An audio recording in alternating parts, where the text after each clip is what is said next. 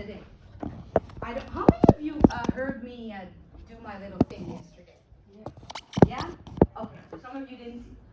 You didn't. I was misbehaving. It's okay. So I talked yesterday about how the brain works and how the brain can change stories and how you can use it. So when Sylvia asked me to provide a workshop, I thought I could go and I could dig deeper into science and blow your minds, but that's not what I want. What I want today is I want to give you a tool that you can use. I know.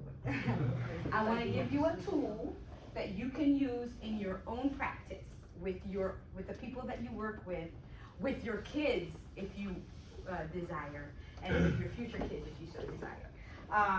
So what I'm going to do is I'm going to show you today how my model works, and I'm going to show you how my model works in real time, as in I'm going to present to you my model in the way that I teach my students. So today you're going to be my student. But before we start, I need to give you a little background.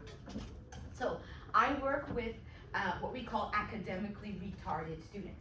Not retarded as in they're cognitively unable to learn. Academically retarded because they are not able to complete their academic tracks within for, let's say, 5.5 years. In Dutch, we have a term for that. We call it langstudeerproblematiek. So I get these students that come to me that are at the end of their road. So they basically have to get their last points, and they also have to write a thesis. One of the things that I've discovered is that in our Dutch education system is that only in the final year of our students' academic career do we realize that they lack 3 basic skills.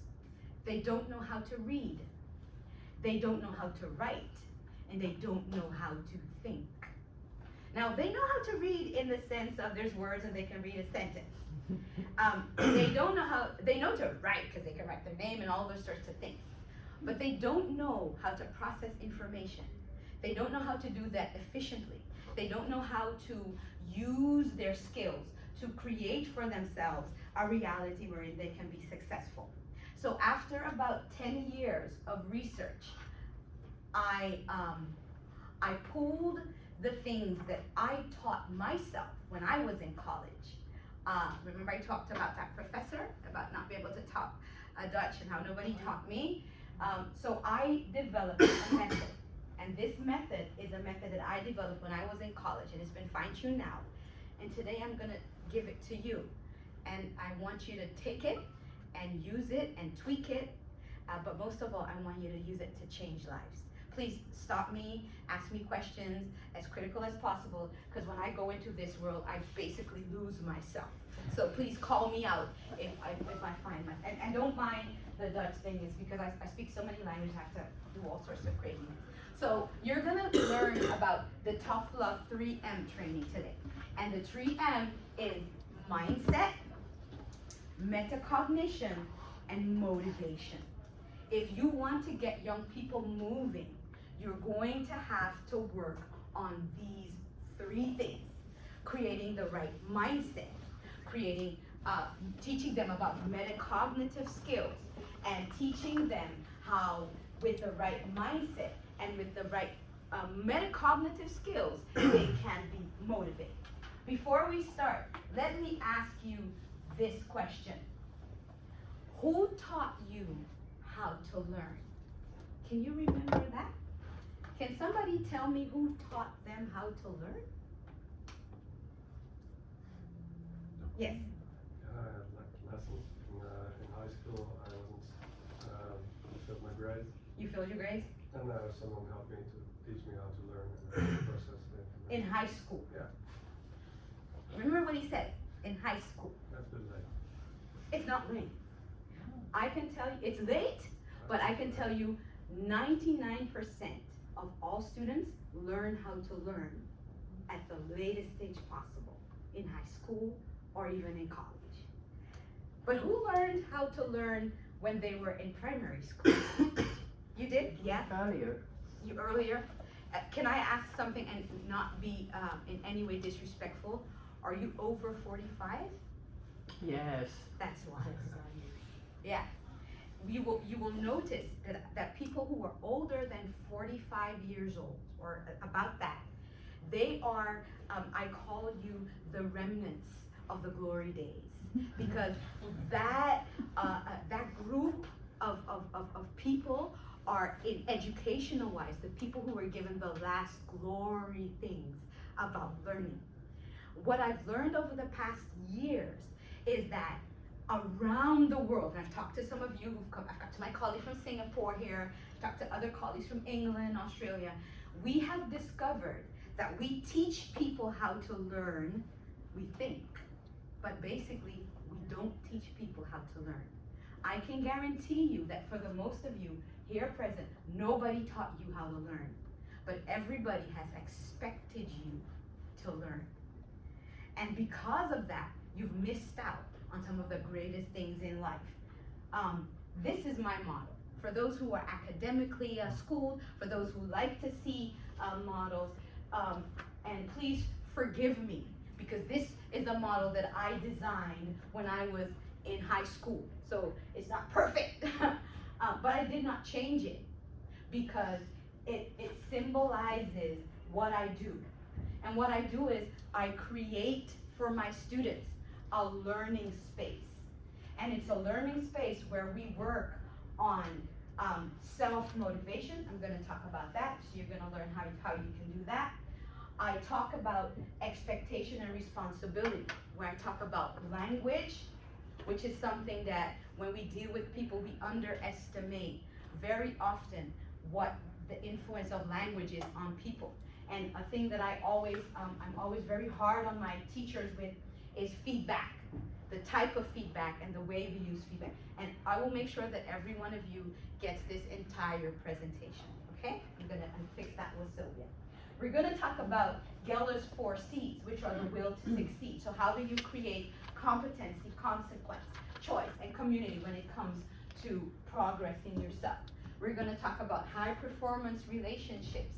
And then I'm going to show you how you use all these things to create a learning space to get young people in charge of their life, in charge of their situation, in charge of their learning, in charge of their stories.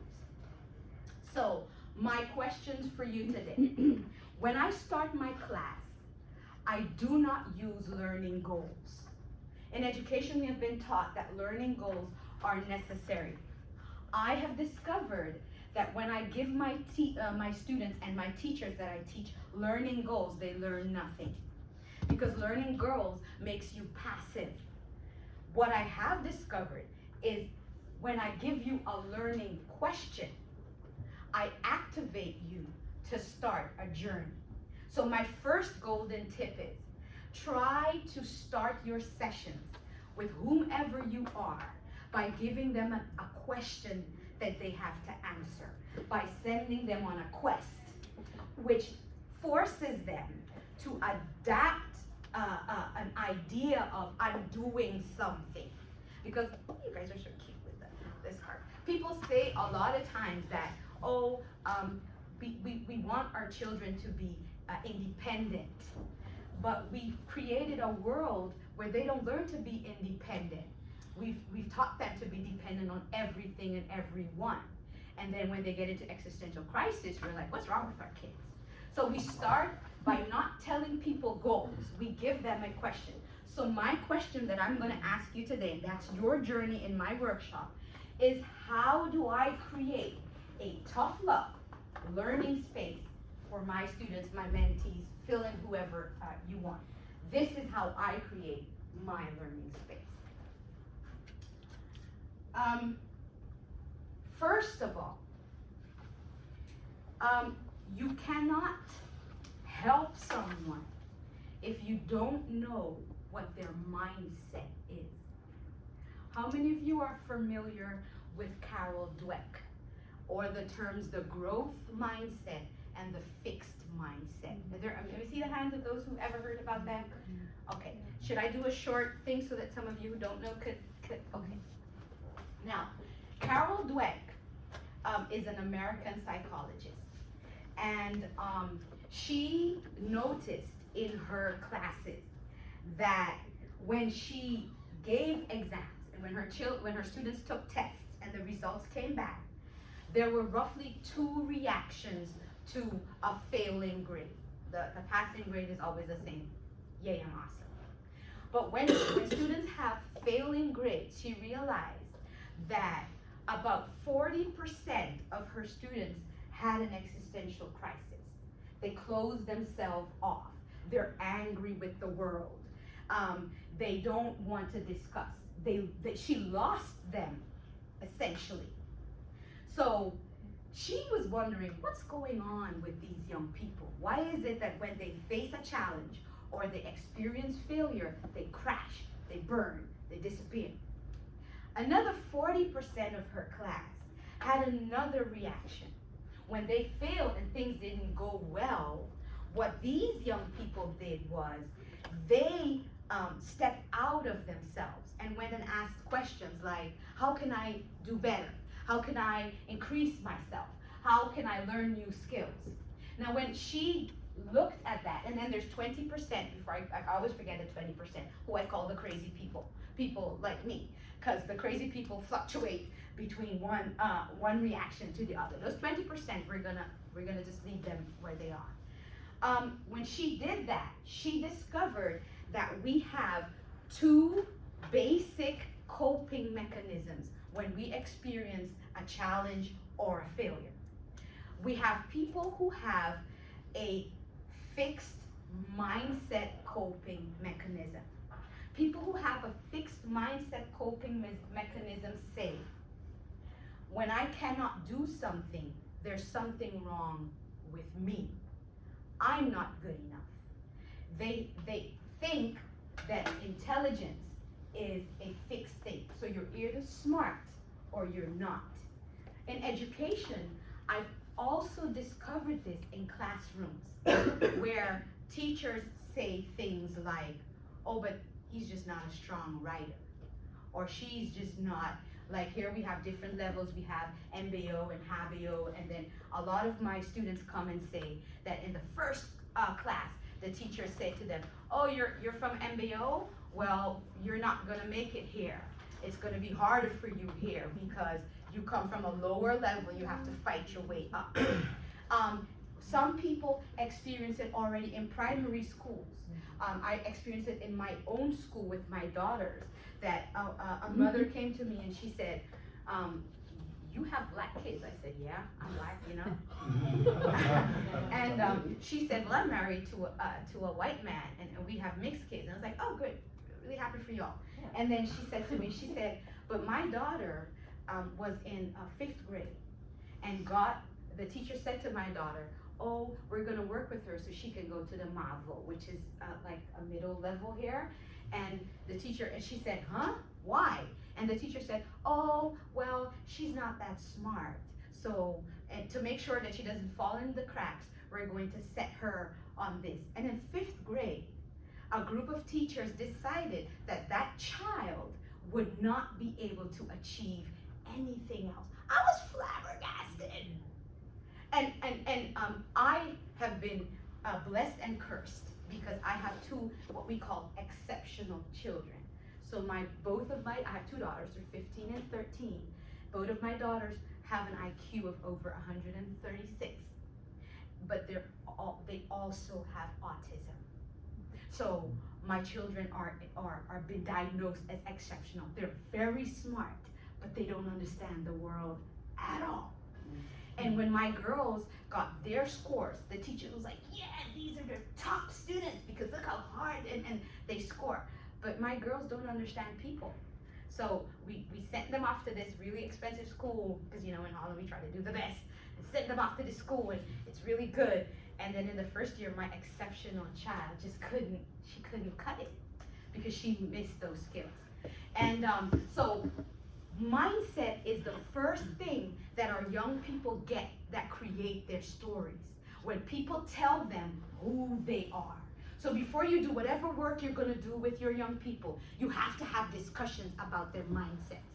And their mindset is about who they think they are in the world. So let's say you have, let's get some feedback from you. What type of young people do you deal with? What kind of young people do you work with? I work on vocational education. You work in vocational education, secondary education.